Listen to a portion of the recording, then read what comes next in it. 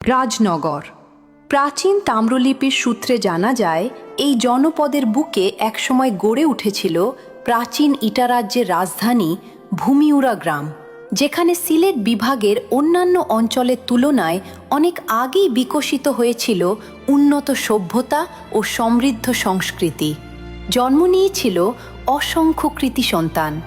সিলেট অঞ্চলের প্রথম দৈনিক পত্রিকা বলাকার সম্পাদক শ্রী কালীপ্রসন্ন সিংহ থেকে শুরু করে পাঁচগাঁয়ের সন্তান প্রখ্যাত সাংবাদিক শ্রী গৌরীশঙ্কর ভট্টাচার্য।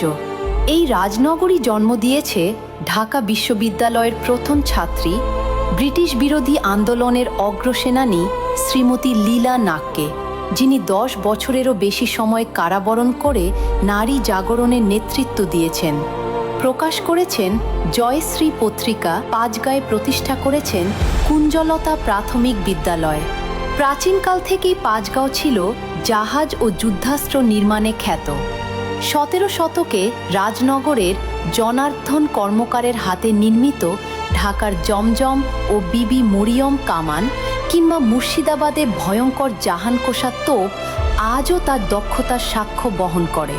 একসময় সিলেট অঞ্চলের লৌহ শিল্প নিয়ন্ত্রিত হতো রাজনগরের শিলাপীরাদের হাতে।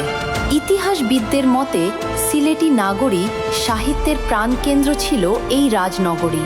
এমনকি সিলেট শহরের কিং ব্রিজের নিচে অবস্থিত ঐতিহাসিক সারদা হলও স্মরণ করিয়ে দেয় রাজনগরের সন্তান শ্রী সারদা চরণ শ্যামের কথা, যিনি 1896 সালে ইন্দেশ্বর টি অ্যান্ড ট্রেডিং কোম্পানির মাধ্যমে বাঙালিদের মধ্যে প্রথম চা চাষের উদ্যোগ নিয়ে ইতিহাসে নিজের নাম অমর করে রেখেছেন।